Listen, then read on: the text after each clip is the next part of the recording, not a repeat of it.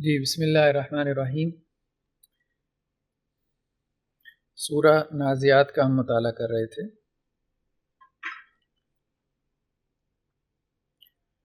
فکذب وعصی، تو تکذیب کے بارے میں ہم نے پڑھ لیا تھا۔ آج ہم نے عصیان کے مادے کو ڈسکس کرنا ہے۔ عین صاد یا مادہ ہے، بعض نے کہا کہ اس کے مادے میں واو ہے۔ اس کی وجہ یہ ہے کہ جو لفظ عصا ہے وہ اسی مادے سے بنا ہے، لاٹھی، اور عصا کا جب تثنیہ لایا جاتا ہے تو اس میں واو لوٹ آتی ہے، عصوان آتا ہے، دو لاٹھیاں۔ اور جمع عصا کی کیا ہے؟ عصی، عصی۔ وَأَلْقِ عَصَاكَ، اسی مادے سے ہے۔ حضرت موسیٰ علیہ السلام کو کہا گیا کہ آپ اپنا عصا پھینک دیں، فَأَلْقَىٰ عَصَاهُ، پس انہوں نے اپنا عصا ڈالا، قَالَ هِيَ عَصَايَ، انہوں نے کہا یہ میرا عصا ہے۔ فَأَلْقَوْا حِبَالَهُمْ وَعِصِيَّهُمْ، یہ عصا کی جمع استعمال ہوئی۔ پس جادوگروں نے اپنی حبل کی جمع حبال، رسیاں ڈالیں، اور عصا کی جمع عصی، اپنی لاٹھیاں ڈالیں۔ ابن فارس نے آگے چل کے آ رہا ہے کہ اس کے بنیادی معنی دو کی ہیں، جن میں سے ایک اجتماع ہے، یعنی کسی چیز کا جو ہے وہ جمع ہو جانا۔ تو وہ کہتے ہیں جیسے عصا کو پکڑنے کے لیے مٹھی پوری جو ہے نا، تمام انگلیاں جمع ہوتی ہیں تو پھر وہ آپ کی پکڑ میں آتا ہے، ورنہ وہ آپ کی پکڑ میں نہیں آتا، تو اس لیے اس کو عصا کہتے ہیں۔ تو بنیادی معنی ایک تو اس کا اجتماع ہے، جمع ہونا۔ دوسرا اس کا بنیادی معنی ہے افتراق، اس کو کہتے ہیں لغت ازداد۔ یہ ہم نے شاید پہلے بھی پڑھا تھا کہ ایک ہی مادہ متضاد معنی میں استعمال ہو جاتا ہے، اجتماع اور افتراق دونوں متضاد معنی ہیں۔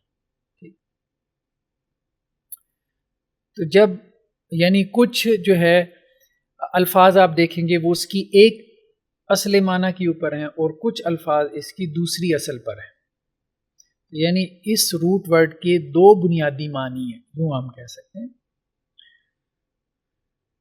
عصوتہ کا معنی یہ ہے کہ میں نے اسے لاٹھی سے مارا۔ عصا عصیانن، اطاعت سے نکل جانا۔ اب یہاں وہ افتراق کا معنی لے کے آتے ہیں ابن فارس۔ ہم نے کہا تھا کہ ابن فارس تکلف نہیں کرتے، بنیادی معنی دو بھی بنا لیتے ہیں یا دو سے زیادہ بھی بنا لیتے ہیں۔ تو انہوں نے کہا کہ یہ جو معصیت کا لفظ ہے یہ اصل میں افتراق سے نکلا ہے، ٹھیک ہے، کہ جو اطاعت سے نکل گیا گویا کہ وہ جماعت سے جدا ہو گیا، ٹھیک ہے۔ تو اس معنی میں، جدائی کے معنی میں، افتراق کے معنی میں۔ تو وَعَصَىٰ آدَمُ رَبَّهُ، آدم نے اپنے رب کی اطاعت سے نکل گیا، آدم جو ہے وہ اپنے رب کی اطاعت سے نکل گیا۔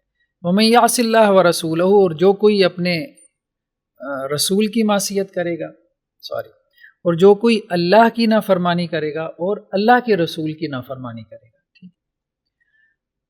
الآن وقد عصیت قبل، یہ حضرت موسیٰ علیہ السلام نے فرعون کو کہا تھا، جب اس نے ڈوبتے ہوئے کہا تھا کہ میں ایمان لایا، تو اس کو کہا گیا کہ کیا اب ایمان لا رہے ہو؟ اس سے پہلے تم نافرمانی کر چکے۔ تو بنیادی معنی اس کا لاٹھی سے مارنا یا لاٹھی سے اپنا بچاؤ کرنا۔ تو ابن فارس نے تو دو بنیادی معنی کر لیے، لیکن امام راغب ایک ہی بنیادی معنی کے گرد گھماتے رہے۔ تو لاٹھی سے مارنا اور پھر لاٹھی سے بچاؤ کرنا، وہ پھر بچاؤ کرنے میں نکالتے نکالتے اس کو جو ہے وہ اطاعت سے نکالنے کے معنی میں لے گئے۔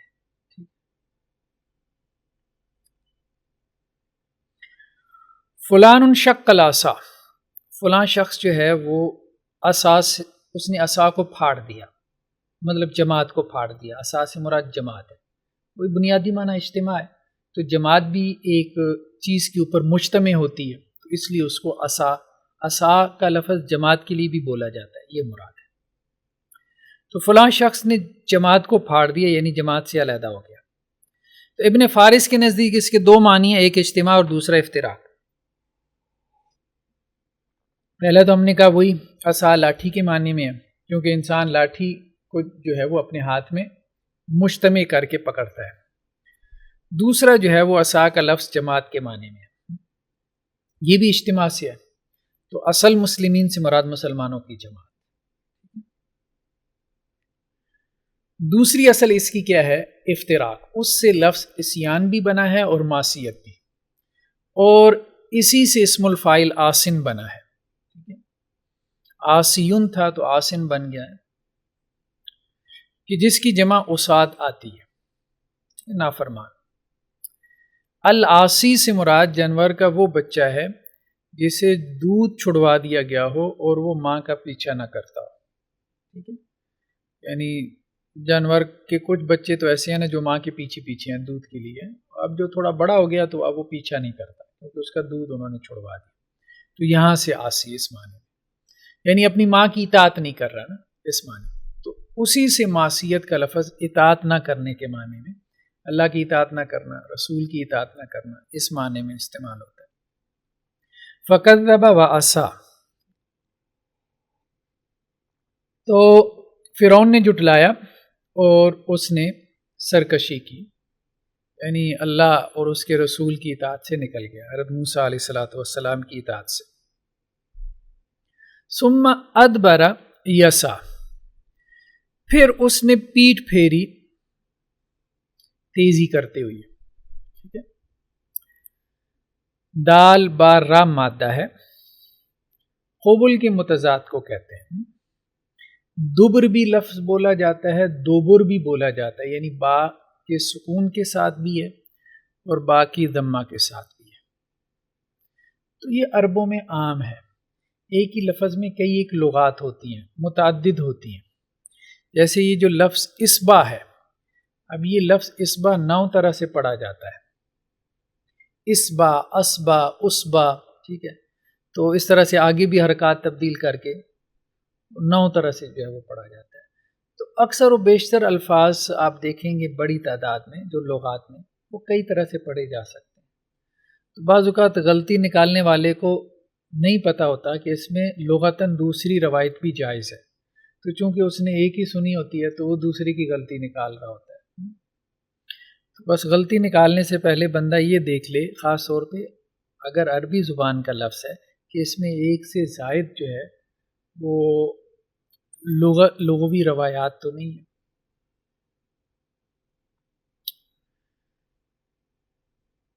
اس کی جمع ادبار آتی ہے، وَمَن يُعَلِّهِمْ يَوْمَئِذٍ دُبُرًا، ٹھیک ہے؟ قرآن نے اس کو دبر استعمال کیا ہے باقی ضمہ کے ساتھ، تو یہ واحد ہے۔ اور جس نے پھیر لی اس دن اپنی پشت، اپنی پیٹھ، فَلَا تُوَلُّوهُمُ الْأَدْبَارَ، تم ان سے اپنی پیٹھیں مت پھیرو۔ دبر کی جمع ادبار بھی آ گئی، یعنی میدان جنگ میں اللہ کے دشمنوں سے اپنی پیٹھ مت پھیرو، مطلب الٹے قدموں مت بھاگو، ڈٹو اور مقابلہ کرو۔ یضربون وجوہہم وادبارہم، وہ فرشتے مارتے ہیں ان کے چہروں پہ اور ان کی پیٹھوں پہ، یعنی آگے سے بھی اور پیچھے سے۔ وادبار السجود کا لفظ قرآن میں آیا، سجدوں کے پیچھے، تو پیچھے کے معنی میں یہ، یعنی سجدوں کے بعد، سجدوں کے بعد اللہ کی کبریائی اور بڑائی بیان کرو، اللہ کی تسبیح اور حمد بیان کرو، یہ مراد ہے۔ تو سجدوں کے بعد سے مراد نمازوں کے بعد، جس طرح سے ہم تسبیحات وغیرہ پڑھتے ہیں۔ تو یہ کبھی فعل لازم کے طور پہ آتا ہے، ویسے تو باب فعل کا خاصہ یہ ہے کہ یہ لازم کو متعدی کر دیتا ہے عام طور پہ، لیکن بعض اوقات کوئی فعل لازم ہوتا ہے، متعدی ہوتا ہے ثلاثی مجرد میں، اور باب فعل میں آ کے وہ لازم ہو جاتا ہے۔ تو واللیل اذ ادبر، اور قسم ہے رات کی جب کہ وہ پیٹھ پھیرے، یہ لازم معنی ہے۔ اور کبھی فعل مجہول کے طور پہ بھی آ جاتا ہے. جب مجہول ہوگا تو اب ظاہری بات ہے کہ وہاں پہ وہ پھر متعدی کے طور پہ استعمال ہوگا نا. فقوتیا دابر القوم الذین ظلموا، پس کاٹ دی گئی اس قوم کی جڑ. دابر اسم الفاعل کا صیغہ ہو گیا ہے، جنہوں نے ظلم کیا تھا. ظالم قوم کی جڑ کاٹ کے رکھ دی گئی. ٹھیک ہے، تو یہاں دابر جڑ کے معنی میں اللہ نے بالکل ان کو نیست و نابود کر دیا. تو دابر متأخر اور تابع کو بھی کہتے ہیں، یعنی بعد میں آنے والا یا پیچھے آنے والا، زمانی اعتبار سے ہو، مکانی اعتبار سے ہو، یا مرتبے میں پیچھے ہو. ٹھیک ہے، جیسے ان دابر ہؤلاء مقطوم مصبحین، بے شک ان لوگوں کی جو پشت ہے، ان کی جو جڑ ہے، وہ صبح کے وقت ہی کاٹ دی جائے گی. ٹھیک ہے، تو کوئی کسی سے مکان میں پیچھے ہے، وقت میں پیچھے ہے، مرتبے میں نیچے ہے، پیچھے ہے، تینوں جگہ یہ استعمال ہو سکتا ہے. اور ادبرہ کے معنی پیٹ پھیرنے کے ہیں، یہ خیر اوپر بھی گزر چکا، جیسا کہ ثم ادبر واستکبر، پھر اس نے پیٹ پھیری اور تکبر کیا ہے. ایک کریکٹر ہے جس کے اوپر تبصرہ کیا گیا سورہ مدثر میں، جو اللہ کی آیات کو جھٹلانے والا ہے. نام نہیں لیا گیا، اگرچہ بعض مفسرین نے تعین کیا. پھر اس نے پیٹ پھیری اور تکبر کیا، تکبر کرنا چاہا. تدعو من ادبر وتولی، جہنم کی بات ہو رہی ہے، جہنم کی آگ کی، کہ وہ پکارتی ہے ہر اس شخص کو جس نے پیٹ پھیری، یعنی اللہ کے حکم سے پیٹ پھیر لی، منہ موڑ لیا، منہ موڑنے کے معنی میں.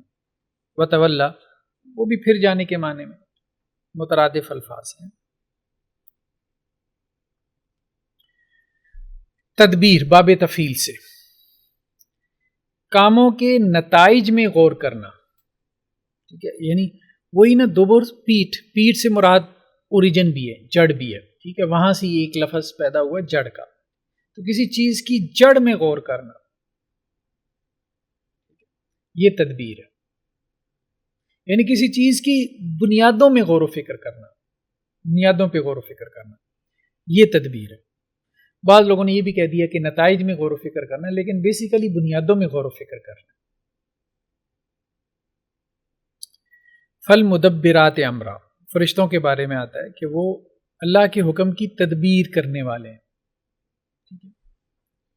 یعنی اس کی بنیادوں میں غور و فکر کر کے اس کے اوپر عمل کرنے والے ہیں کہ اللہ تعالیٰ کیا چاہ رہے ہیں، اس کو اچھے سے سمجھ کے اس کے اوپر عمل کرنے والے. شاۃ مقابلۃ مدابرۃ، یہ محاورتاً استعمال ہوتا ہے. شاۃ بکری کو کہتے ہیں، وہ بکری مقابلہ جس کے کان آگے سے اس کے کان کٹے ہوں، مدابرہ پیچھے سے کٹے ہوں. ٹھیک ہے، وہی باب مفعلہ سے آ گیا، دبر مادہ ہی ہے. دبرن، بھیڑ اور شہد کی مکھیوں کو کہتے ہیں، بھیڑ جو کاٹ لیتی ہے. ان کو دبر اس لیے کہتے ہیں کہ ان کا ڈنگ ان کی پیٹھ پر ہوتا ہے. ادبر افعل کے وزن پہ وہ اونٹ ہے کہ جس کی پیٹھ زخمی ہو، تو وہ بنیادی معنی گویا کہ وہی ہے، پشت پیٹھ، اسی سے باقی معنی جو ہے وہ نکلتے چلے گئے.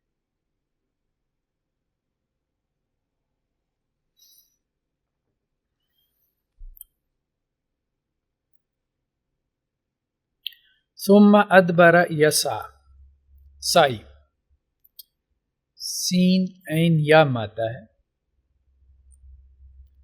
بنیادی معنی تیز چلنا،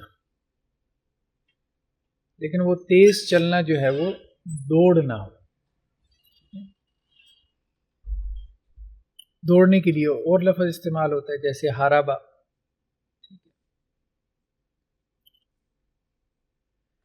مجازن کسی کام کو سنجیدگی سے کرنا، مجاز میں کسی کام کو سنجیدگی سے کرنا یہ سعی کہلاتا ہے. لیکن جو ہم صفا مروہ میں سعی کرتے ہیں اس میں بھی دوڑ نہیں ہوتی، تیز چلنا ہوتا ہے. المشی السری جسے کہتے ہیں. تو وہ کام خیر کا ہو یا شر کا ہو، ٹھیک ہے، کوئی بھی کام آپ سنجیدگی سے کرتے ہیں، سیریس ہو کے کرتے ہیں، تو اس کے لیے سعی کا لفظ استعمال ہوتا ہے. ظاہری بات ہے ثم ادبر یسعی میں یہ تو نہیں مراد کہ فرعون جو ہے وہ پیٹ پھیر کے دوڑ گیا. ٹھیک ہے. وَلَيْسَ لِلْإِنسَانِ إِلَّا مَا سَعَى، اور انسان کے لیے نہیں ہے مگر جو اس نے کیا، یعنی جو اس نے سنجیدگی سے کیا. مجازن سنجیدگی سے کرنے کے معنی. اب یہاں پہ بھی لغوی معنی تو نہیں مراد ہو سکتا، جو اس نے تیز چلتے چلتے کیا، جو آہستہ چلتے چلتے کیا اس پہ بھی تو اجر ملے گا. وَأَنَّ سَعْيَهُ سَوْفَ يُرَىٰ، اور انسان کی جو سعی ہے، یعنی جو کام وہ سنجیدگی سے کرتا ہے. دیکھیں نا، جو بندہ تیز چلی جا رہا ہے تو ظاہری بات ہے اس میں سنجیدگی ہے، تبھی تو وہ تیز چل رہا ہے کہ وہ اپنے مقصد کو پا لینے میں کیا ہے، مستعد ہے. اپنی منزل تک پہنچنے کے لیے وہ کیا ہے، مستعد ہے. تو اس معنی میں مجازن یہ سنجیدگی سے کوئی کام کرنے کے لیے آتا ہے. وَأَنَّ سَعْيَهُ سَوْفَ يُرَىٰ، اور انسان کی جو کوشش ہے، یعنی سنجیدہ کوشش، عنقریب اس کو دیکھا جائے گا قیامت والے دن. ان سعیکم لشتیٰ، بے شک تمہاری جو سعی یعنی بھاگ دوڑ ہے وہ مختلف نوعیتوں کی ہے. ٹھیک ہے. یہاں سعی کا لفظ جو ہے وہی جو اوپر بات آئی ہے نا، خیر شر دونوں کے لیے استعمال ہو گیا. دنیا میں لوگ خیر کے لیے بھی سعی کر رہے ہیں، سنجیدہ کوششیں کر رہے ہیں، شر کے لیے بھی لوگوں کی کوششیں سنجیدہ ہیں. وسعیٰ فی خرابہا، اور اس نے مسجد کی ویرانی کی کوشش کی. خراب، مسجد کو ویران کرنا ہے. اللہ نے کہا نا کہ اس سے بڑا ظالم کون ہے جو لوگوں کو اللہ کی مسجدوں سے روکے ایک تو، اور یہ مسجدوں کو ویران کرنے کی کوشش کرے. تو یہاں پہ بھی ظاہری بات ہے سنجیدگی سے کوشش کرے گا تبھی تو مسجد ویران ہوگی. وَيَسْعَوْنَ فِي الْأَرْضِ فَسَادًا، اور وہ زمین میں فساد برپا کرنے کی کوشش کرتے ہیں. وَإِذَا تَوَلَّىٰ سَعَىٰ فِي الْأَرْضِ، اور جب اس نے منہ موڑا تاکہ زمین میں جو ہے وہ شر کے لیے بھاگ دوڑ کرے. وَسَعَىٰ لَهَا سَعْيَهَا، اور جس نے آخرت کے لیے کوشش کی جیسا کہ کوشش کرنی چاہیے. کان سعیہم مشکورا، تو جو بھی انہوں نے اہتمام سے کوشش کی ہوگی اس کی قدر کی جائے گی. فلا کفران لسعی، یعنی اس کی جو کوشش ہوگی اس کی ناقدری نہیں ہوگی. صعب من اللیل، لغت سے اب کچھ الفاظ آ گئے. رات کے ایک حصے کو کہتے ہیں، شاید کہ وہ حصہ جلدی سے گزر جائے جو چھوٹا حصہ ہو، اس کے لیے یہ لفظ ہو، تو اس لیے اس معنی میں استعمال ہو گیا. سورت کا معنی اس میں اس طرح سے آ گیا کہ رات کا چھوٹا سا حصہ گزرنے میں جلدی سے گزر جاتا ہے. سے آیا، صدقات وصول کرنے کے لیے بھاگ دوڑ کرنا، ادھر سے ادھر، ادھر سے ادھر، سے آیا کہلاتا ہے. تو بنیادی معنی گویا کہ یہی ہے کہ تیزی کرنا کسی کام میں، تیزی کرنا.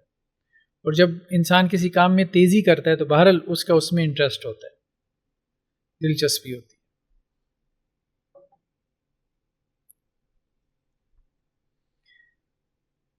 فحشر فنادا، ہا شین را مادہ ہے.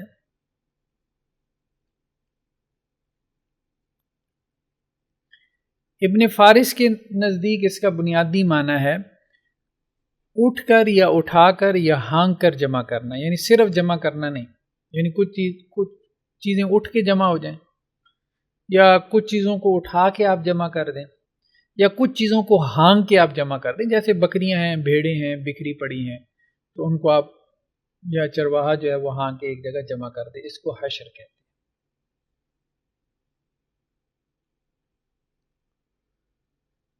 اسی سے حشرات الارض بھی ہے، کیڑوں مکوڑوں کو کہتے ہیں، اس لیے کہ وہ بھی ایک جگہ جمع ہو جاتے ہیں. عموماً آپ نے دیکھا ہوگا جیسے چیونٹیاں ہیں یا اور، عموماً ایک جگہ جمع ہو جاتے ہیں. تو بنیادی معنی جو ہے وہ جمع ہونا. یا افتراق سے اجتماع کی طرف آنا، یہ بھی کہہ سکتے ہیں. کچھ چیزیں جو ہے وہ متفرق ہیں، بکھری ہوئی ہیں، وہ بعد میں مجتمع ہو جاتی ہیں.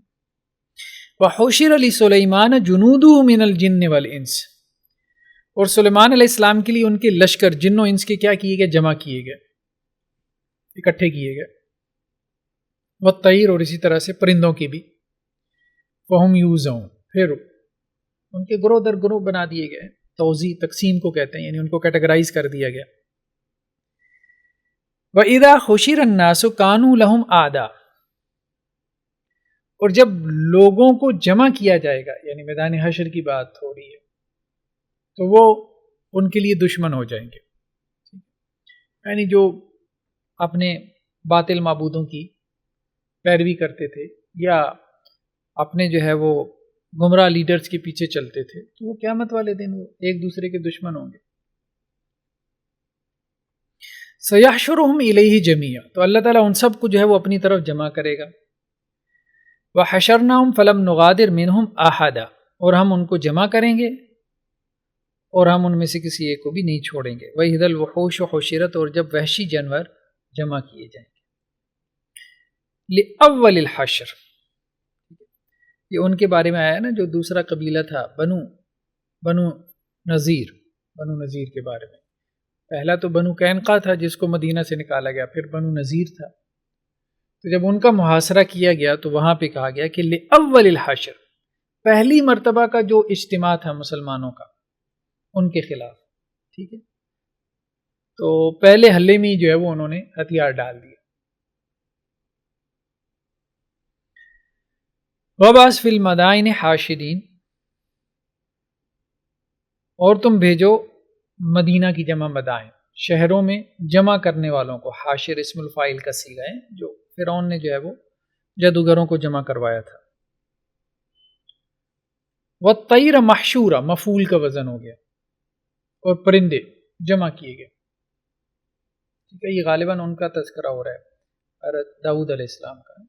جب وہ اللہ کی حمد و ثنا کے ترانے پڑھتے تھے تو پرندے بھی جمع ہو جاتے تھے.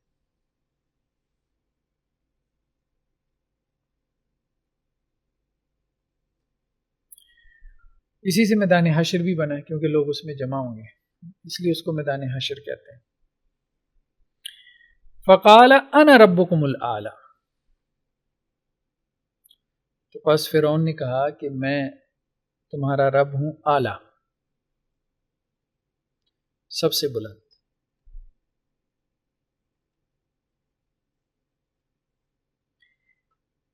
عین لام واو مادہ ہے، علوون سے اعلی.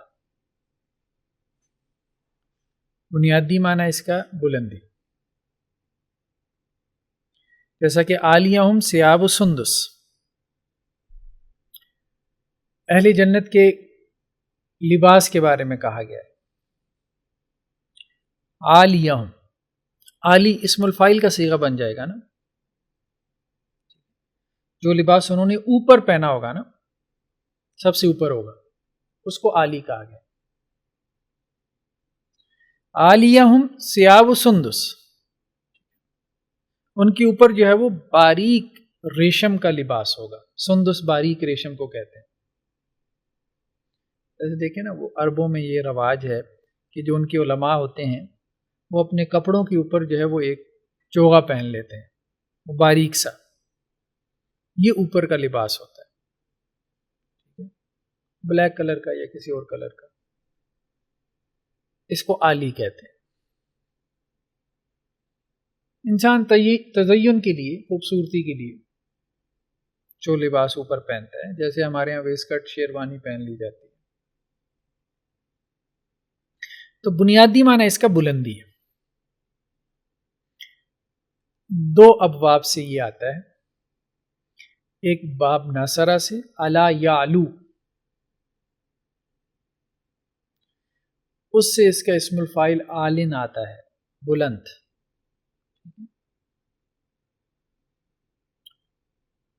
دوسرا باب سامیہ سے بھی آتا ہے، عالیہ، عالیہ یا اعلی، باب سامیہ سے.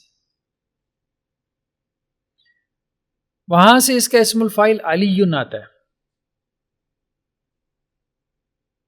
فاعل کے وزن پہ۔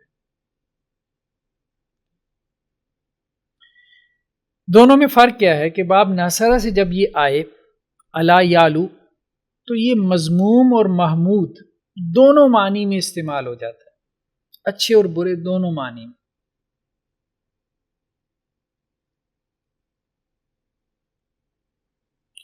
لیکن جب دوسرے باب سے آتا ہے، باب سامیہ سے، تو پھر صرف اچھے معنی میں استعمال ہوتا ہے۔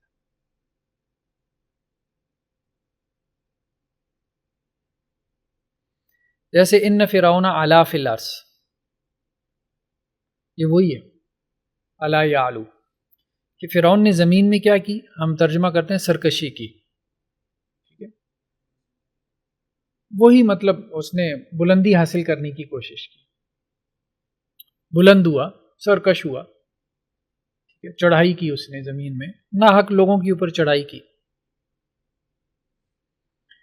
فاستکبروا، پس انہوں نے تکبر کیا، وکانوا قوما عالین، اور وہ ایک سرکش قوم تھے۔ وہی مطلب یہ ہے کہ دوسروں پہ بلا وجہ چڑھائی کرنے والے، زیادتی کرنے والے۔ استکبرت ام کنت من العالین، کہ اللہ تعالیٰ نے ابلیس کو کہا تھا کیا تو تکبر کرنا چاہتا ہے، یا تو واقعتاً بلند لوگوں میں سے ہو گیا، ٹھیک ہے، یا بلندی چاہتا ہے یا پھر بلند لوگوں میں سے واقعتاً ہو گیا، یہی سمجھ رہا ہے، جو میرا حکم نہیں مان رہا۔ لا یریدون علوا فی الارض، وہ زمین میں علو نہیں چاہتے۔ اب یہ مذموم معنی میں، یہ نہیں کہ زمین میں علو جو ہے یہ ناپسندیدہ ہے، ایسا نہیں ہے۔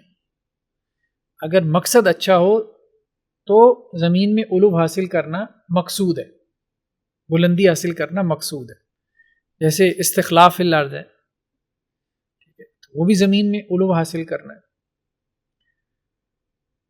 یہ تو ہے مذموم معنی میں۔ اور محمود معنی میں جیسے ان اللہ هو العلی الکبیر، کہ اللہ وہی علی ہے، بلند ہے، کبیر ہے، ٹھیک ہے، تو اللہ کے لیے یہ باب سامیہ سے آیا ہے۔ ان اللہ کان علی کبیرہ، بے شک اللہ سبحانہ و تعالیٰ بلند ہے اور بڑا ہے۔ وہاں دیکھیں نا وکانوا قوما عالین، وہاں پہ بھی اسم الفاعل ہے، لیکن وہاں باب ناصرہ سے آیا، یہاں جو ہے وہ باب سامیہ سے ہے، جو صرف محمود معنی کے لیے استعمال ہو رہا ہے۔ تعالی اللہ سبحانہ و تعالی، یہ تعالی بھی الف سے ہے، باب تفاعل، اس میں مبالغہ ہے، تکلف نہیں، کیونکہ باب تفاعل کا خاصہ ویسے تکلف ہے، ٹھیک ہے، لیکن باب تفاعل سے مبالغہ بھی آ جاتا ہے، تو تعالی کا مطلب یہ نہیں ہے کہ جو تکلف سے جو ہے وہ عالی بنا، یعنی تکلف سے اس نے بڑا بننے کی کوشش کی، نہیں، بلکہ اس میں مبالغہ ہے، تو بہت بڑا ہے۔ تعالی اللہ عما یشرکون، اللہ تعالیٰ بہت بلند ہے اس سے جو وہ اللہ کے ساتھ شریک ٹھہراتے ہیں، جن کو وہ اللہ کے ساتھ پارٹنرز بنا رہے ہیں، اللہ ان پارٹنر سے بہت اوپر ہے، بہت علی ہے۔ تعالی عما یقولون علوا کبیرا، اللہ بہت بلند ہے اس سے جو وہ کہتے ہیں، بہت زیادہ بلند، یعنی ان کی باتوں سے، جو وہ ان کی باتیں یہی تھیں، شرکیہ باتیں تھیں۔ اعلیٰ سے مراد اشرف ہے، انا ربکم الاعلی، میں تمہارا بڑا رب ہوں، لیکن ہر جگہ ایسے نہیں ہوتا، ہر جگہ ایسے نہیں ہوتا، کہیں پہ وہ بلند کے معنی میں بھی استعمال ہو جاتا ہے، لیکن یہاں پہ فرعون کے لیے ظاہری بات ہے وہ اس طرح سے تو بلند تھا نہیں، انسانوں میں سے ہی تھا نا، ان کے لیے تو ایک انسان ہی تھا، فرعون بھی مر رہے تھے عام انسانوں کی طرح، بس ٹھیک ہے ان کو ذرا اچھے سے دفنا دیتے تھے، تو اس لیے یہاں اشرف کے معنی میں، اشرف بھی جو مقام کے اعتبار سے بلند ہو۔ الاستعلاء سے مراد طلب علو ہے، یعنی بلندی کو طلب کرنا، بلندی کا طلبگار ہونا، یہ مضموم ہے۔ یا اس سے مراد طلب رفعت بھی ہوتی ہے، ٹھیک ہے، جیسا کہ وقد افلح الیوم من استعلا، اور تحقیق کامیاب ہو گیا وہ شخص جس نے آج بلندی حاصل کی، یا رفعت کا جو طلبگار ہوا۔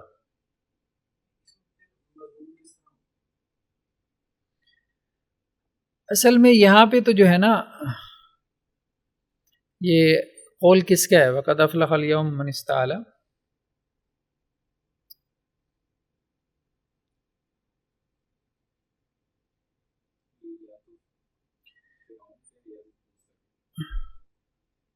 اگر تو حضرت موسیٰ کا ہے نا تو پھر تو یہ مضموم نہیں ہے، پھر یہ مضموم نہیں۔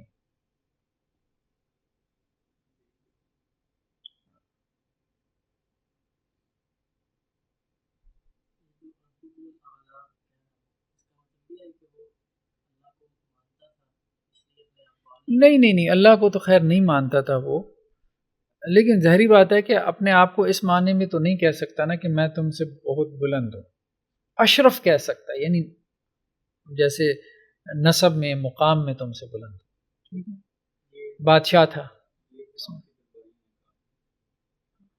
فرعون کے درباریوں نے کہا تھا۔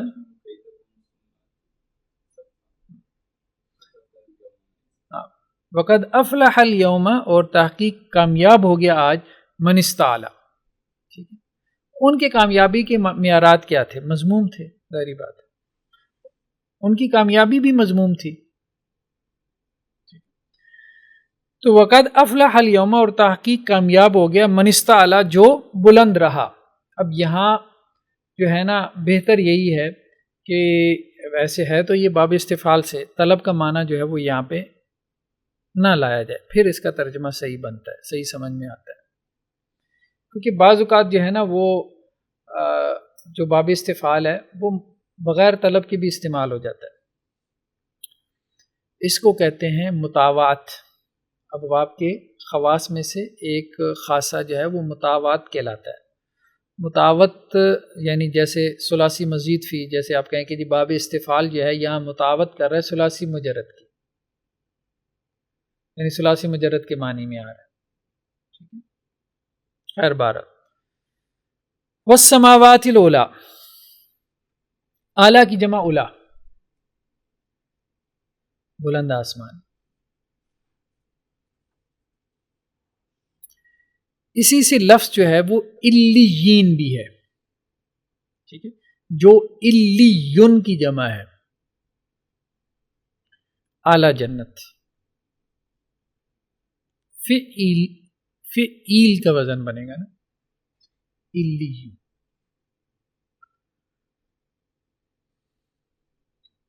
تعال، آنے کے معنی میں، قل یا اہل الکتاب تعالوا، ٹھیک ہے، تعالوا الی کلمہ ہے، ایک ایسی بات کی طرف آ جاؤ، تعالوا الی ما انزل اللہ، اس کی طرف آ جاؤ جو اللہ نے نازل کیا، تعالوا اتل ما حرم علیکم ربکم، آؤ میں تمہیں پڑھ کے سناؤں کہ تمہارے رب نے تم پہ کیا حرام کیا ہے۔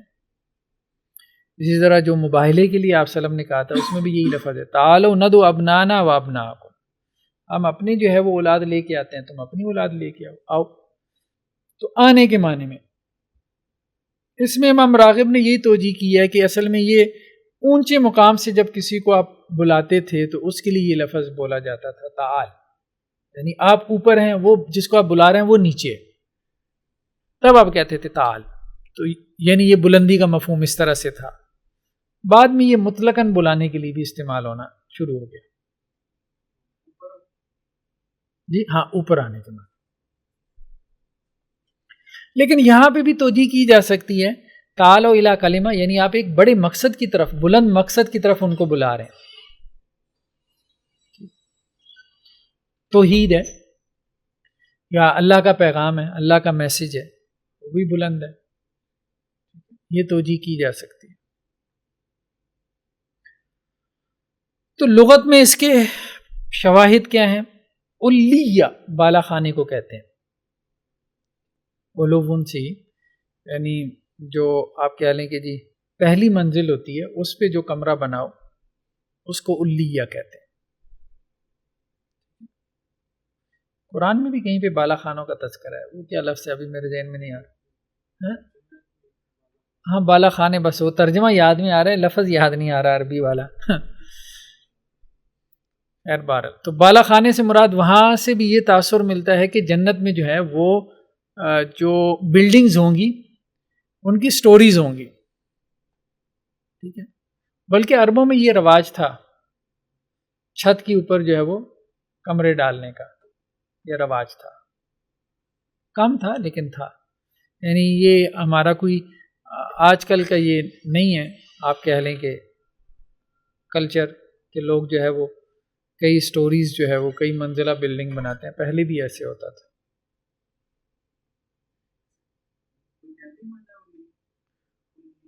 علیہ کا معنی ہاں بالا خانہ۔ عالیت المدینہ، مدینہ کے اوپر والے یعنی شہر کا اوپر والا حصہ، ٹھیک ہے۔ کچھ شہر ایسے ہوتے ہیں کہ جو کچھ حصہ ان کا ذرا جیسے پہاڑ کے دامن میں جو ہوتے ہیں۔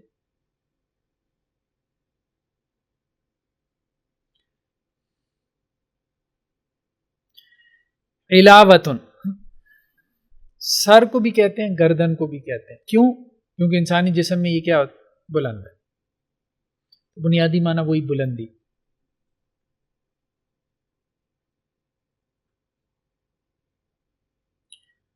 العلیاء فعلا کے وزن پہ،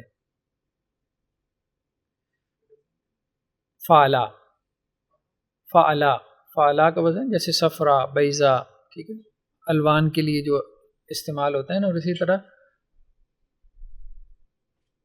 کچھ اور جو ہے وہ صفات کے لیے بھی۔ العلیاء پہاڑ کی چوٹی، علو وہی بنیادی چیز۔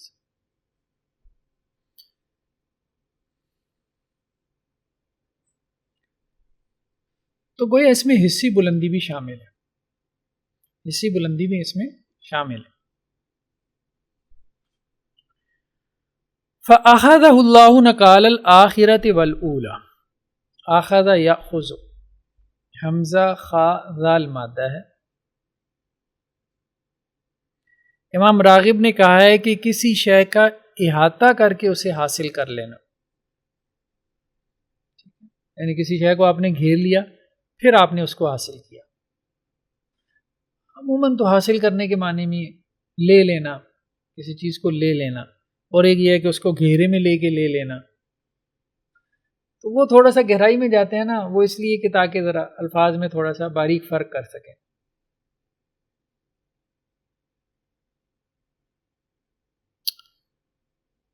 معاذ اللہ ان ناخذ الا من وجدنا متاعنا عنده، تو حضرت یوسف نے کہا تھا اپنے بھائیوں سے کہ اللہ کی پناہ کہ ہم لے لیں، یہاں لینے کے معنی اللہ کی پناہ کہ ہم لے لیں۔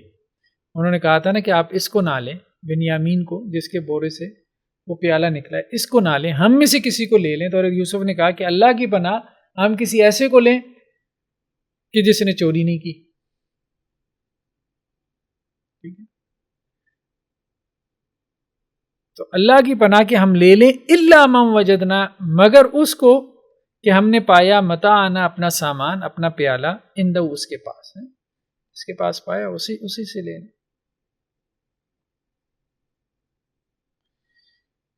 امام راغب کہتے ہیں کہ بعض اوقات یہ جو لینا ہے یا حاصل کرنا ہے کسی شے کو، اس میں غلبہ اور قہر بھی شامل ہوتا ہے، یعنی اوپر سے کسی کو لے لینا، دباؤ سے کوئی چیز لے لینا، اب یوں کہہ رہے ہیں پریشر سے کوئی چیز لے لینا۔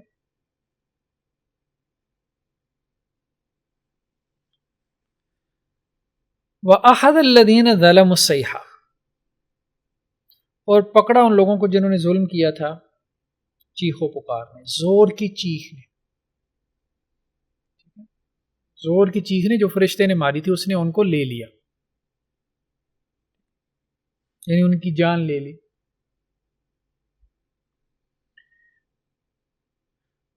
فَأَخَذَهُ اللَّهُ نَكَالَ الْآخِرَةِ وَالْأُولَى، یہ وہی آیت آ گئی کہ اللہ نے اس کو پکڑا یعنی فرعون کو، نکال الآخرت والاولی، آخرت کی بھی عبرت بناتی ہوئی ہے اور دنیا کی بھی عبرت بناتی ہے۔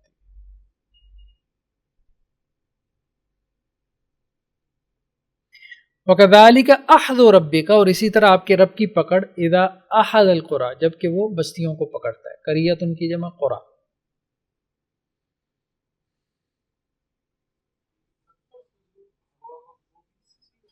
کون سا؟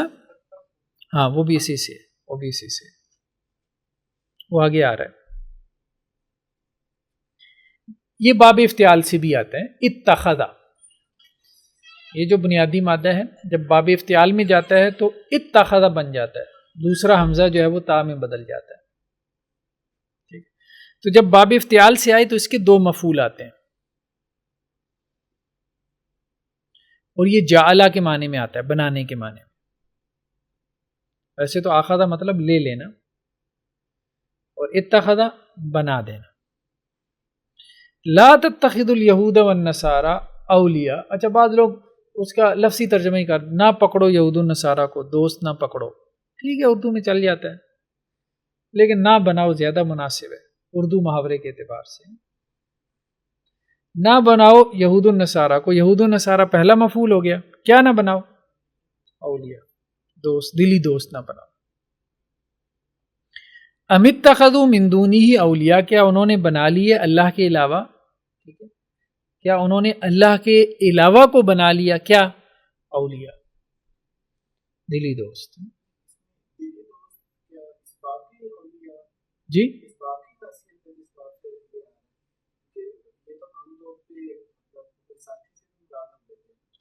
نہیں وہ تو یہ نہیں ہے نا۔ ہاں ولی جو ہے نا، تعلق ولایت سے مراد قلبی تعلق، ایسے تو ولی کی جو ہے وہ 17 معنی ہے،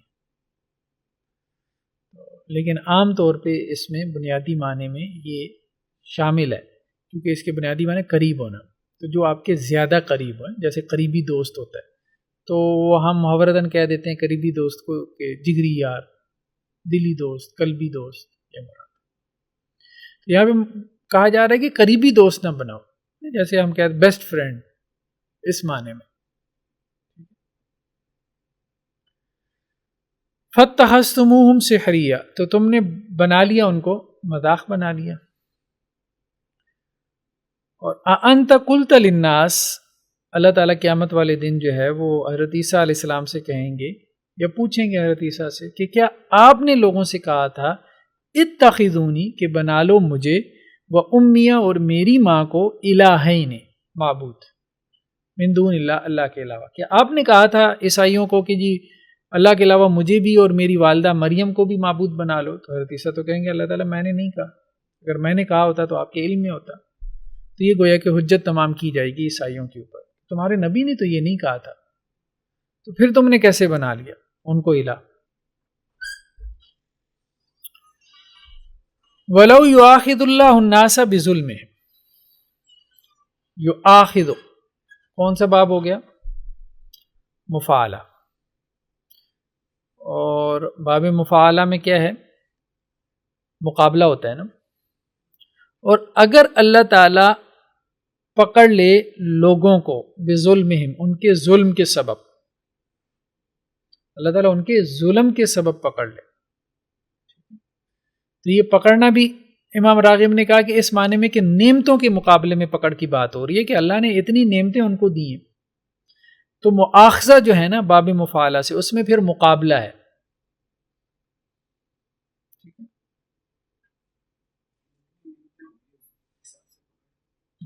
یعنی یہاں پکڑ سے مراد وہی، اگر آپ بنیادی معنی میں چلے جائیں نا کہ اللہ تعالیٰ نعمتیں لے لے، بنیادی معنی کیا ہے؟ آخذ یاخذ، لینا، ٹھیک ہے، تو کسی چیز کے مقابلے میں اللہ تعالیٰ کیا کریں؟ ان سے لے لیں۔ آخذ یاخذ کا تو مطلب ہے لینا، تو آخذ یؤاخذ کا مطلب ہوتا ہے کسی چیز کے مقابلے میں لے لینا، یعنی ناشکری کے مقابلے میں، ناقدری کے مقابلے میں ان سے نعمتیں لے لینا، یہ مراد ہے، یہ وہ کہہ رہے ہیں۔ تو پکڑ ان دا سینس اس معنی میں کہ اللہ نے جو ان پہ نعمتیں کر رکھی ہیں وہ اللہ تعالیٰ لے لیں. تو اگر اللہ سبحانہ و تعالیٰ لوگوں سے جو ہے وہ، اور اگر اللہ سبحانہ و تعالیٰ لوگوں کو پکڑ لیں ان کے ظلم کے سبب، یعنی اللہ تعالیٰ لوگوں کے ظلم کے سبب ان سے نعمتیں واپس لے لیں جو اللہ نے ان پہ کر رکھی ہے.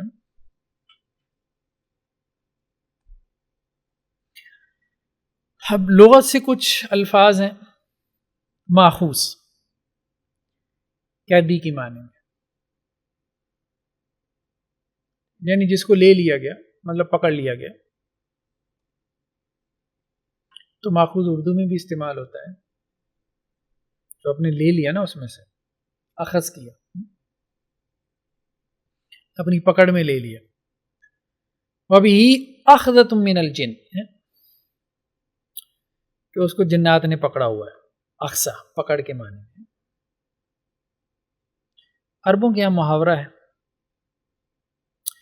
ابن فارس کا کہنا یہ ہے کہ آخذہ جو ہے یہ عطا کی ضد ہے. عطا کا مطلب کیا ہے؟ دینا، اور آخذہ کا مطلب لینا، وہی بات ہوگی، ضد ہوگی. اخذہ رقیہ کو کہتے ہیں، رقیہ جو جھاڑ پھونک کرتے ہیں.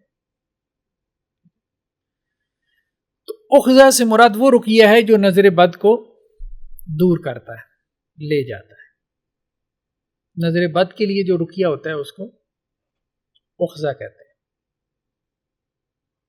المؤخذ وہ مرد ہے کہ جسے اس کی بیوی نے مطلب اپنا اسیر بنا رکھا ہو، یا اس نے اس کو اس طرح سے جو ہے وہ باندھ رکھا ہو کہ دوسری عورتوں سے یا دوسری بیویوں سے اس کو دور رکھنے میں کامیاب ہو گئی ہو.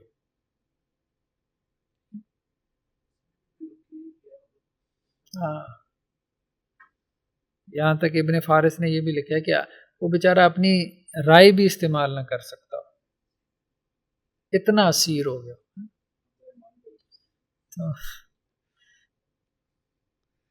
تو عرب بھی بلیغ تھے. مؤخذ یعنی اس کی بیوی نے اس کو لے لیا نا، پورا لے لیا. اخاذہ تالاب کو کہتے ہیں کیونکہ اس میں پانی جو ہے وہ جمع رہتا ہے، پانی کو اپنے اندر سمیٹ لیتا ہے نا، لے لیتا ہے. اخاذہ. اچھا جی، نیکسٹ کیا ہے؟ نقال. نون کاف لام مادہ ہے. بنیادی معنی ہے روکنا.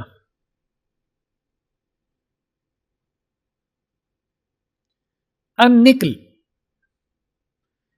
لگام کے اندر، جو لگام جانوروں کو ڈالی جاتی ہے، رسی ہوتی ہے، تو اس میں بعض اوقات کچھ لوہا استعمال ہوتا ہے، ٹھیک ہے، نکیل ڈالنے کے لیے ذرا سرکش جانوروں کو، ٹھیک ہے. تو اس لوہے کو جو ہے وہ نکل کہتے ہیں جو لگام میں استعمال ہوتا ہے.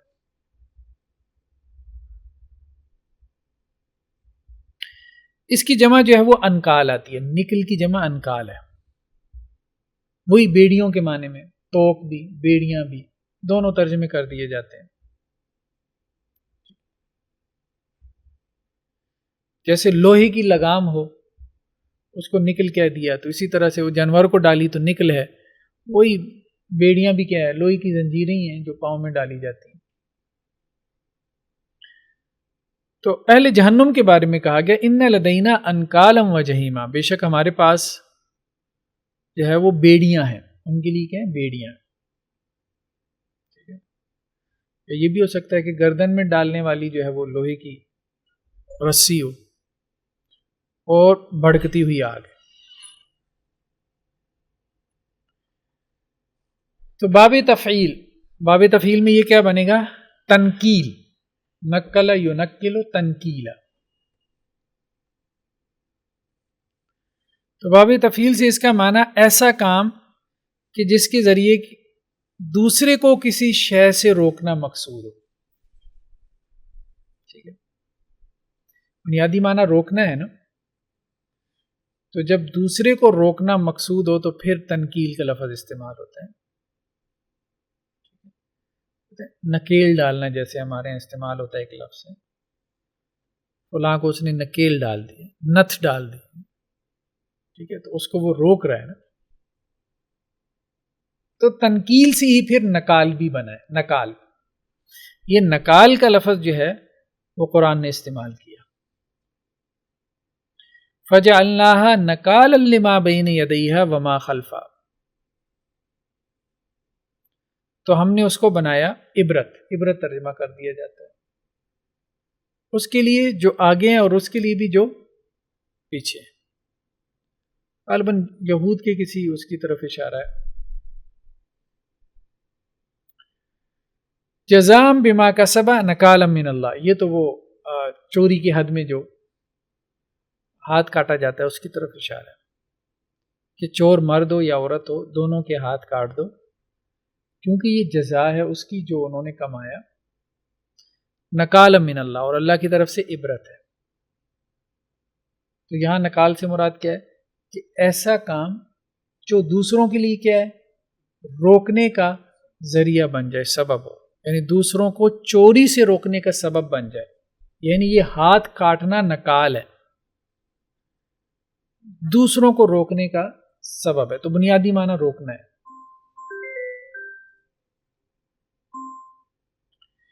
ابن فارس کے نزدیک اس کے بنیادی معنی دو ہیں، روکنا بھی اور رکنا بھی. یعنی انہوں نے کہا کہ یہ لازم اور متعدی دونوں معنی میں استعمال ہو جاتا ہے نکال کا لفظ.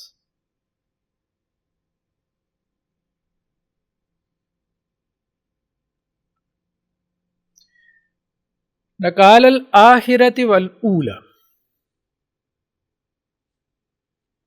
رک گئے.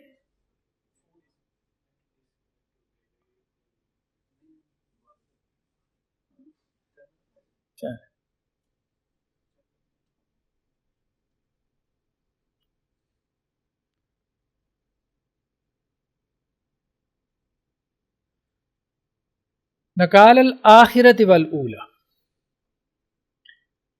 آخرہ جو ہے اس کا روٹ ورڈ حمزہ خا را، اول کا متضاد ہے. اول آخر ہمارے یہاں عام استعمال ہوتا ہے یہ لفظ. تو قرآن مجید میں دنیا کو اولا کہا گیا ہے اور آخرت کو آخرت کہا گیا. دنیا کے اعتبار سے چونکہ وہ آخر میں آنے والی ہے تو اس لیے اس کو آخرت کہا گیا.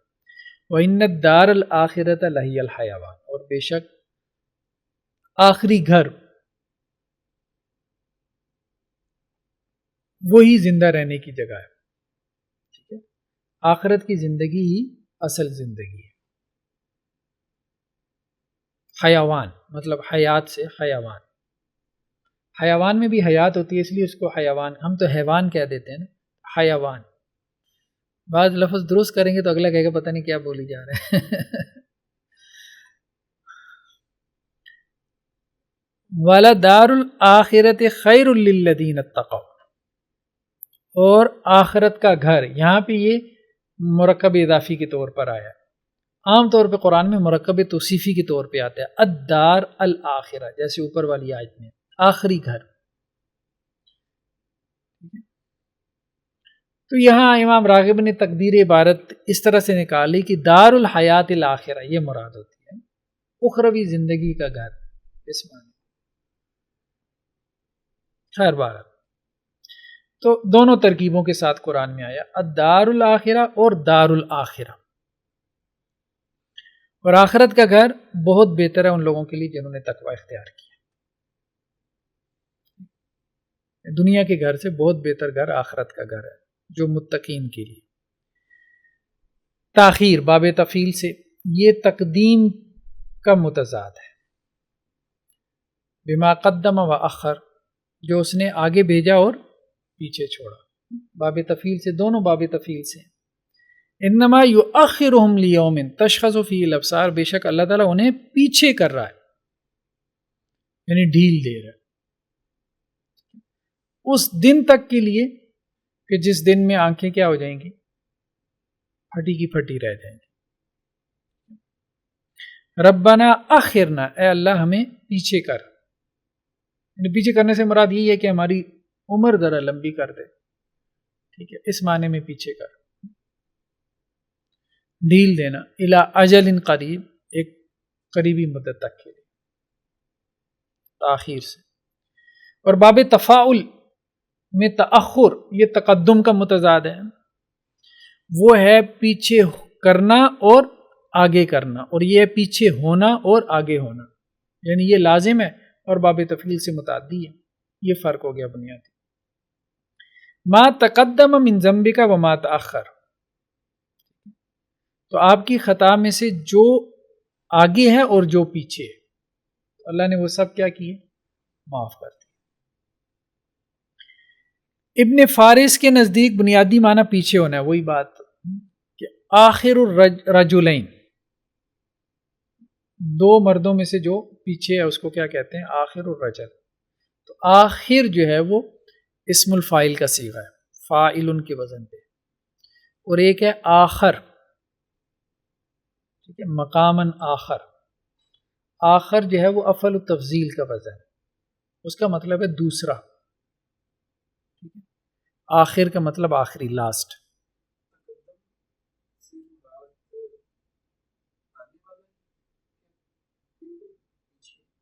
آگے بڑھنے والا، تقدم، متقدم آگے بڑھنے والا، متأخر پیچھے رہنے والا۔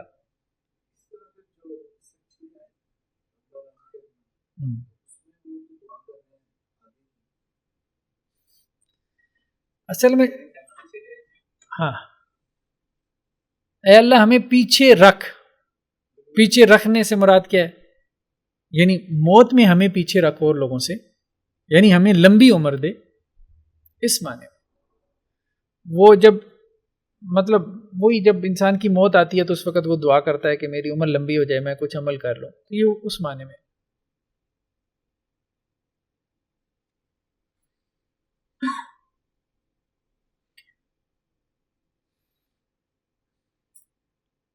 والاولا، حمزہ واو لام مادہ ہے،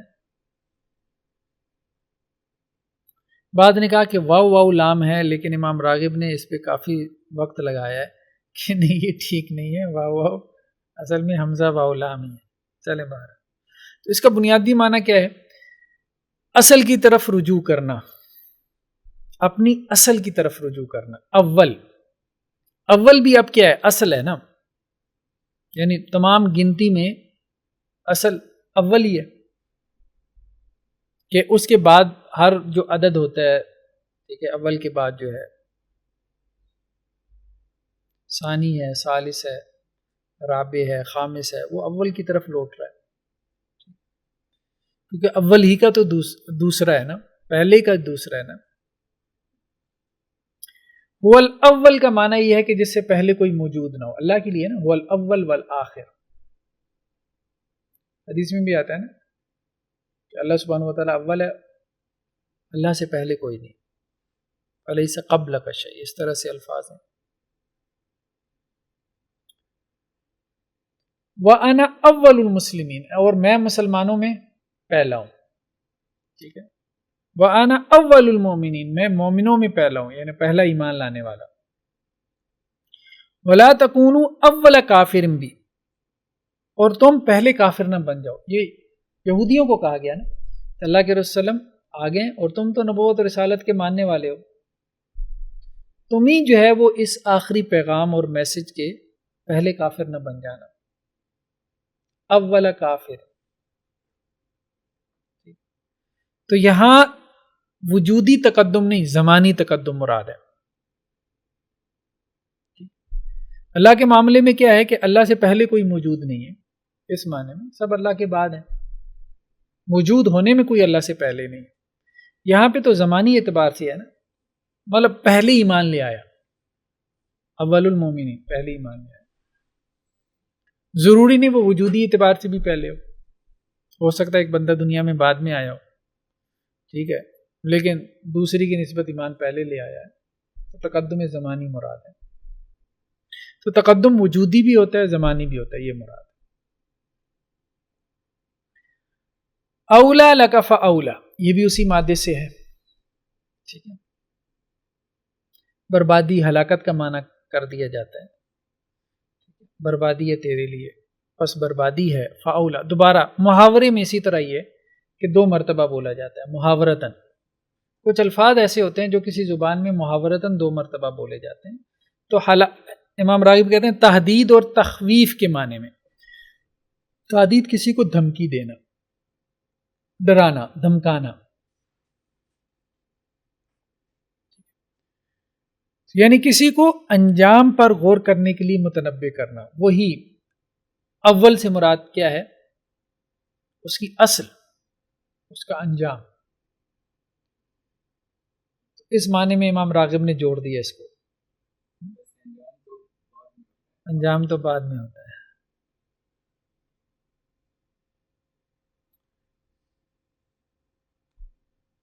تعویل باب تفعیل سے اصل کی طرف رجوع. ٹھیک ہے، تعویل کا مطلب کیا ہے؟ اصل کی طرف رجوع.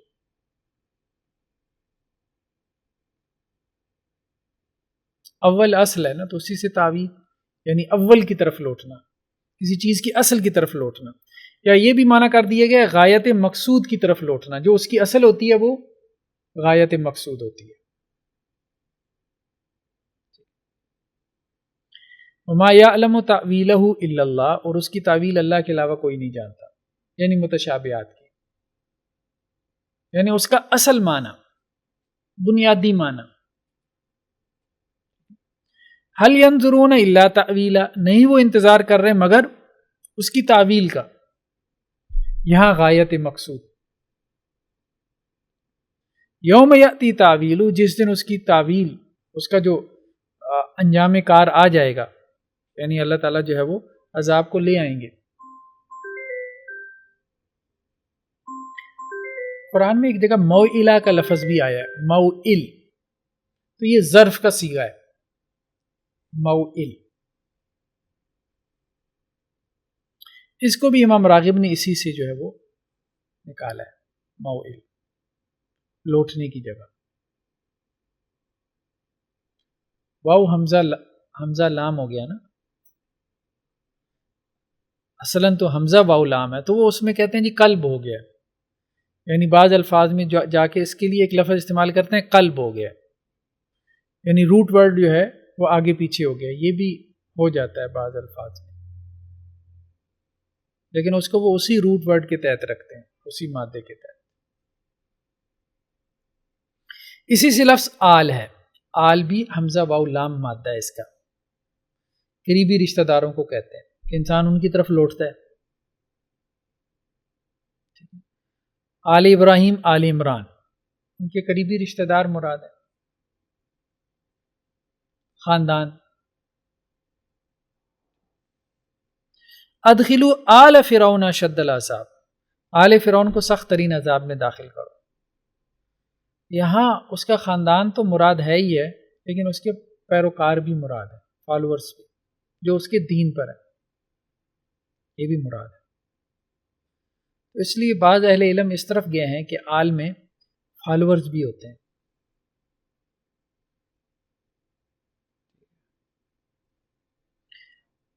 رجل مؤمن من آل فرعون، ٹھیک ہے، ایک بندہ مومن جو آل فرعون میں سے تھا. اب یہ اس کے دین پہ تو نہیں تھا، یہ تو حضرت موسیٰ کے دین پہ تھا نا، لیکن یہاں مراد خاندان ہے، اس کے خاندان میں سے، اس کے قریبی لوگوں میں سے تھا.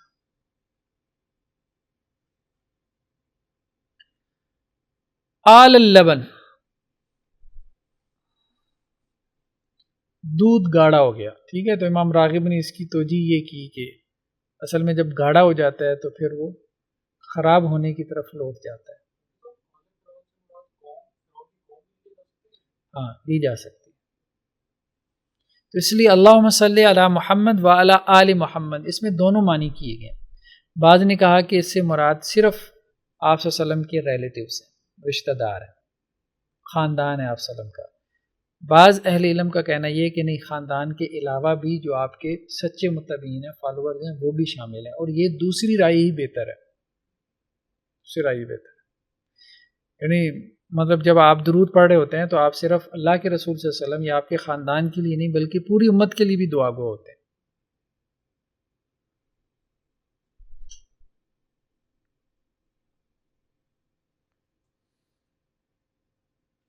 کیونکہ جو معنی ہوتا ہے نا لفظ کا اس میں اضافہ ہوتا رہتا ہے. ضروری نہیں کہ ایک دفعہ ایک معنی ہو تو پھر اس اصل معنی وہی رہتا ہے لیکن اس کے اوپر اضافہ ہوتا رہتا ہے. تو عام ہے. لفظ نے کون سے دروازے بند کر لینے ہیں کہ آپ مزید معنی اس میں نہیں آ سکتے. ایسا نہیں. تو آل اللبن سے مراد دودھ کا گاڑھا ہونا یعنی دودھ خراب ہونے کی طرف مائل ہو گیا لوٹ گیا اس معنی.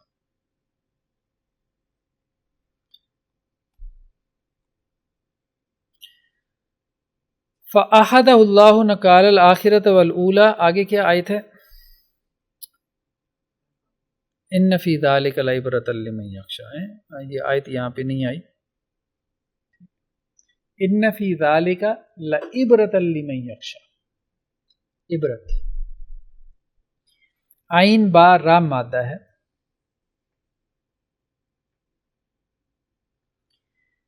ایک حالت سے دوسری حالت میں پہنچنا.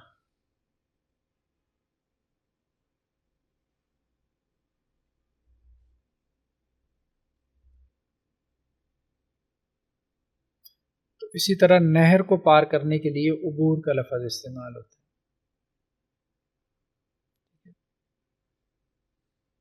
عبر النہر یہ لفظ بولا جاتا ہے. العبرہ آنسو کو کہتے ہیں.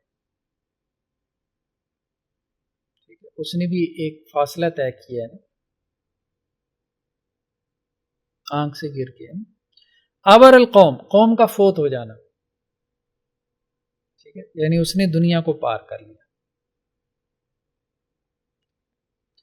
عبارت کا لفظ جو ہم بولتے ہیں راغب نے کہاں سے تجھے لے کے آئے وہ کلام ہے جو درمیانی فاصلہ عبور کر کے سامع کے کانوں تک پہنچے. عبارت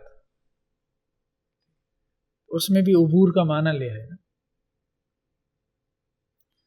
ناقۃ عبر و اسفار اس اونٹنی کو کہتے ہیں. اسفار تو سفر کی جمع ہے نا. ٹھیک ہے ناقہ اونٹنی ہے. عبر یعنی وہ جو سفر پہ سفر کرتی رہتی ہے اس ملک سے اس ملک ادھر سے ادھر ایک شہر سے دوسرے شہر. اس کا مالک اس کو لے کے بس ہر وقت حالت سفر میں ہے وہ اونٹنی.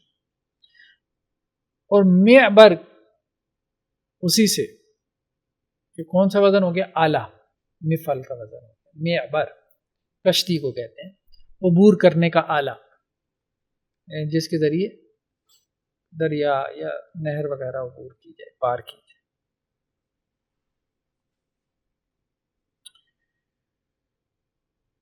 اور کسی دیکھی ہوئی چیز سے اندیکھی چیز تک پہنچنے کو عبرت یا اعتبار کہتے ہیں. دونوں لفظ قرآن میں استعمال ہوئے ہیں. ان فی ذلک لعبرۃ بے شک اس میں لازماً عبرت ہے یعنی دیکھی ہوئی چیز سے اندیکھی چیز تک پہنچ جانا. تو درمیان میں کچھ آپ نے فاصلہ طے کیا عبور کیے. فاعتبروا یا اولی الابصار اعتبار بھی وہی ہے. عبرت حاصل کرو اے آنکھوں والے جن کی آنکھیں ہیں وہ عبرت حاصل کریں. اللہ عابری سبیل عابرین تھا نا تو نون گر گیا. فاعلین اضافت کی وجہ سے نون گر گیا. اسم الفاعل کا صیغہ ہے گزرنے والا راہگیر اور راہ سے گزرنے والا. تعبیر کا بھی یہی مادہ ہے عین بارہ باب تفعیل سے. تو معبر کیا کرتے ہیں؟ معبر کسے کہتے ہیں؟ تعبیر کرنے والا خوابوں کی تعبیر کرنے والا. وہ ظاہر سے باطن تک کا رستہ پار کرتا ہے. خواب جو ہے نا وہ ظاہر معنی پہ نہیں ہوتا نا. خواب کے اندر بیسیکلی تو سمبلز ہوتے ہیں علامتیں ہوتی ہیں. تو وہ ان علامتوں سے کیا کرتا ہے اس کے باطنی معنی تک پہنچتا ہے. اس لیے خواب کی تعبیر ہر بندہ نہیں کر سکتا مشکل رستہ ہے. ان کنتم للرؤیا تعبرون، جیسا کہ قرآن میں کیا ہے کہ اگر تم خوابوں کی کیا ہو تعبیر کرنے والے ہو. بادشاہ نے کہا تھا نا اپنے وزراء سے، مشیروں سے، کہ یہ خواب میں نے دیکھا ہے. اب وہاں گائے سے مراد کیا ہے؟ سال ہے. کہاں گائے کہاں سال، ٹھیک ہے. 7 گایوں سے مراد 7 سال ہے. کوئی مطلب لنک. تو اس لیے بہت دفعہ جو ہے وہ خواب کی تعبیر جو ہے وہ اللہ کی طرف سے جب تک وحی علم نہ ہو اس کے بغیر نہیں سمجھ میں آتی. اچھا بہت دفعہ اس میں لنک ہوتا ہے، بہت دفعہ ہو بھی جاتا ہے، لیکن بہت دفعہ نہیں ہوتا. لیکن جو بڑا معبر ہے نا وہ اسی طرح سے کرتا ہے کہ وہ قرآن کی جو آیتیں ہوتی ہیں نا، ٹھیک ہے، ان میں سے لنک اٹھاتا ہے. یعنی کسی آیت سے جو ہے نا کوئی لفظ اٹھا کے اچھا اس کی یہ تعبیر ہو سکتی ہے. جیسے یہاں پہ ضروری نہیں خواب کی تعبیر کے طور پہ وہ آیتیں نقل ہوئی، ضروری نہیں. تو اس طرح سے بھی تعبیر درست ہو جاتی ہے، احادیث سے جو ہے وہ اٹھا لیتے ہیں. خیر بار چلیں آج کے لیے اتنا ہی کافی ہے. میں نے اصل میں تیار بھی اتنا ہی کیا تھا. اب کوئی سوال ہو تو کر لیں.